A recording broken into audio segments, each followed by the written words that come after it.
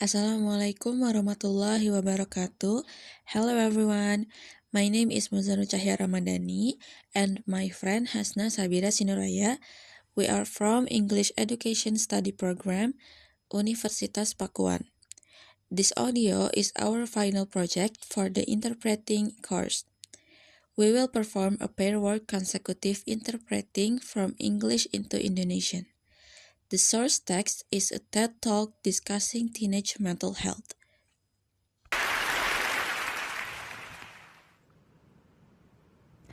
When I was a kid, my mom and I made this deal. I was allowed to take 3 mental health rest days every semester as long as I continued to do well in school. This was because I started my mental health journey when I was only 6 years old. I was always what my grade school teachers would call a worrier, but later on we found out that I have trauma-induced anxiety and clinical depression. This made growing up pretty hard. I was worried about a lot of things that other kids weren't, and school got really overwhelming sometimes. This resulted in a lot of breakdowns, panic attacks. Sometimes I was super productive, and other days I couldn't get anything done. This was all happening during a time when mental health wasn't being talked about as much as it is now, especially youth mental health. Some semesters I used all of those rest days to the fullest. Others, I didn't need any at all. But the fact that they were always an option is what kept me a happy, healthy, and successful student. Now I'm using those skills that I learned as a kid to help other students with mental health challenges. I'm here today to offer you some insight into the world of teenage mental health. What's going on? How did we get here? And what can we do? But first, you need to understand that while not everyone has a diagnosed mental illness like I do, absolutely everyone, all of you, have mental health. All of us have a brain that needs to be cared for in similar ways that we care for our physical well-being. Our head and our body are connected by much more than just our neck, after all. Mental illness even manifests itself in some physical ways, such as nausea, headaches, fatigue, and shortness of breath. So since mental health affects all of us, shouldn't we be coming up with solutions that are accessible to all of us? That brings me to my second part of my story. When I was in high school, I had gotten pretty good at managing my own mental health. I was a successful student, and I was president of the Oregon Association of Student Councils. But it was around this time that I began to realize mental health was a much bigger problem than just for me personally. Unfortunately, my hometown was touched by multiple suicides during my first year in high school. I saw those tragedies shake our entire community. And as the president of a statewide group, I began hearing more and more stories from students where this had also happened in their town. So in 2018, at our annual summer camp, we held a forum with about 100 high school students to discuss teenage mental health. What could we do? We approached this conversation with an enormous amount of empathy and honesty, and the results were astounding. What struck me the most was that every single one of my peers had a story about a mental health crisis in their school, no matter if they were from a tiny town in Eastern Oregon or the very heart of Portland. This was happening everywhere. We even did some research, and we found out that suicide is the second leading cause of death for youth ages 10 to 24 in Oregon. The second leading cause. We knew we had to do something.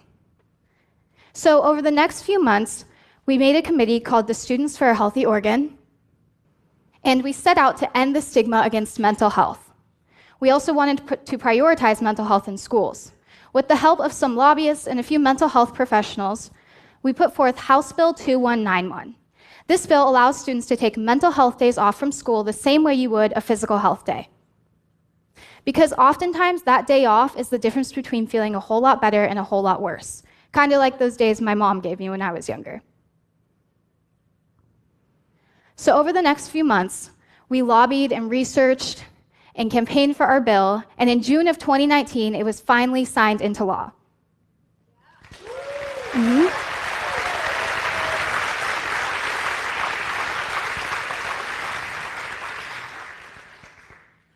This was a groundbreaking moment for Oregon students. Here's an example of how this is playing out now. Let's say a student is having a really hard month. They're overwhelmed, overworked, they're falling behind in school, and they know they need help.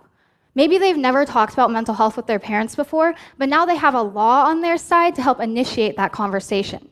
The parent still needs to be the one to call the school and excuse the absence, so it's not like it's a free pass for the kids, But most importantly, now the school has that absence recorded as a mental health day, so they can keep track of just how many students take how many mental health days.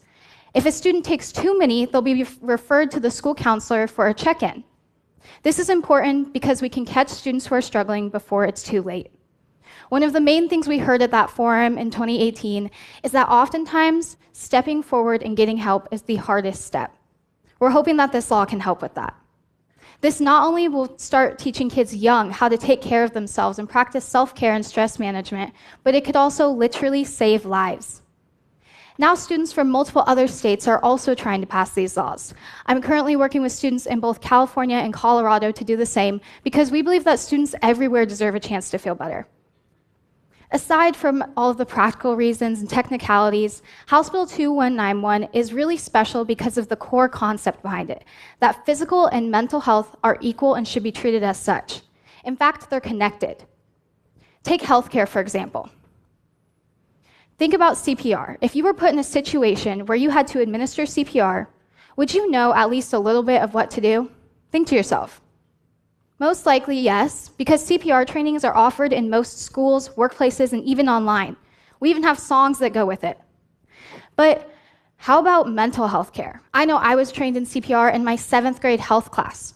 What if I was trained in 7th grade how to manage my mental health or how to respond to a mental health crisis? I'd love to see a world where each of us has a toolkit of skills to help a friend, coworker, family member, or even a stranger going through a mental health crisis. And these resources should be especially available in schools because that's where students are struggling the most. The other concept that I sincerely hope you take with you today is that it is always okay to not be okay, and it is always okay to take a break. It doesn't have to be a whole day. Sometimes that's not realistic, but it can be a few moments here and there to check in with yourself.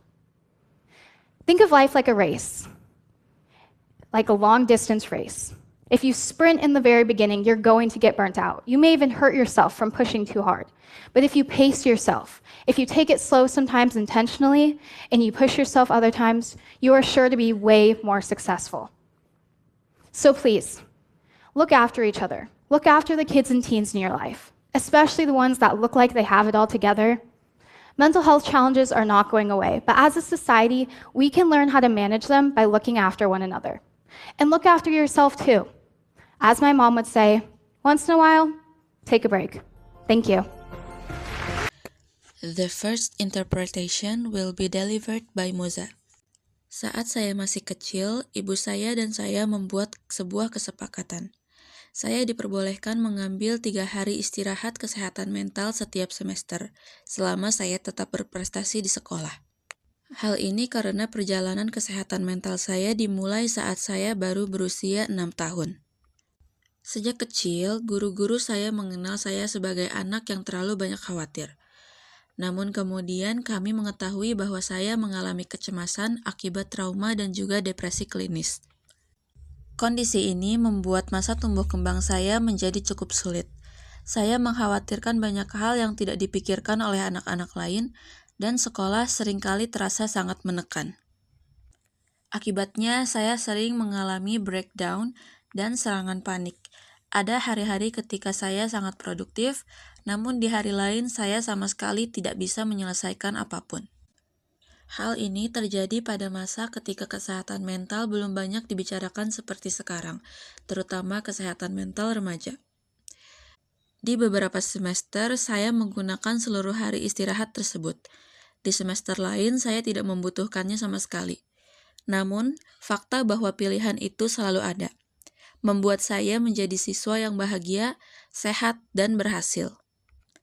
Sekarang, saya menggunakan keterampilan yang saya pelajari sejak kecil untuk membantu siswa lain yang menghadapi tantangan kesehatan mental. Hari ini saya berdiri di sini untuk memberikan gambaran tentang kesehatan mental remaja, apa yang sedang terjadi, bagaimana kita sampai di titik ini, dan apa yang bisa kita lakukan. Meskipun tidak semua orang memiliki gangguan mental yang terdiagnosis, setiap orang, termasuk kita semua, memiliki kesehatan mental. Otak kita perlu dirawat seperti halnya kesehatan fisik. Kesehatan mental dan tubuh saling terhubung. Bahkan, gangguan mental bisa muncul dalam bentuk fisik seperti mual, sakit kepala, kelelahan, dan sesak napas. Karena kesehatan mental mempengaruhi kita semua, bukankah seharusnya solusi yang kita buat juga dapat diakses oleh semua orang? Saat SMA, saya sudah cukup baik dalam mengelola kesehatan mental saya. Saya adalah siswa berprestasi dan menjabat sebagai presiden organisasi OSIS tingkat negara bagian. Sayangnya, kota tempat saya tinggal mengalami beberapa kasus bunuh diri saat saya berada di tahun pertama SMA. Kami menemukan bahwa bunuh diri merupakan penyebab kematian kedua tertinggi bagi remaja usia 10 hingga 24 tahun. Undang-undang ini memungkinkan siswa untuk mengambil hari libur kesehatan mental, seperti halnya hari libur karena sakit fisik. Karena seringkali satu hari istirahat menjadi pembeda antara kondisi yang membaik atau justru semakin memburuk. Undang-undang ini membantu sekolah mengenali siswa yang sedang berjuang sebelum semuanya terlambat. Penting untuk diingat bahwa tidak apa-apa jika kita merasa tidak baik-baik saja dan tidak apa-apa untuk beristirahat. Mari kita saling menjaga satu sama lain dan juga menjaga diri kita sendiri.